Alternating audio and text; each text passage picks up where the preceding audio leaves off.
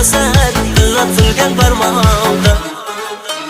Men bir hafız bola dardim kuyu nola sen qayda yozlana deb bayroqda tayyorda.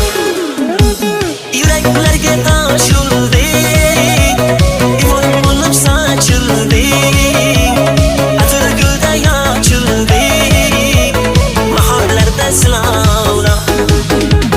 Yuraklarga tosh ulding ifor bo'lib sochilding atir gulda yochilding bahorlarda silovla.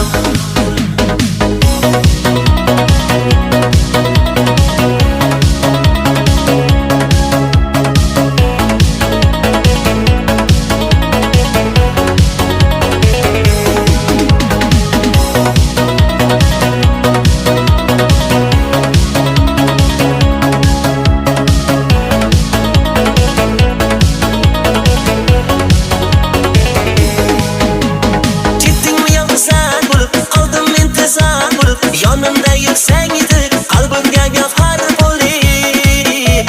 Men qilaman jim sog'inchga to'lib ichim shamolda soching ochar biram bedva bo'ling.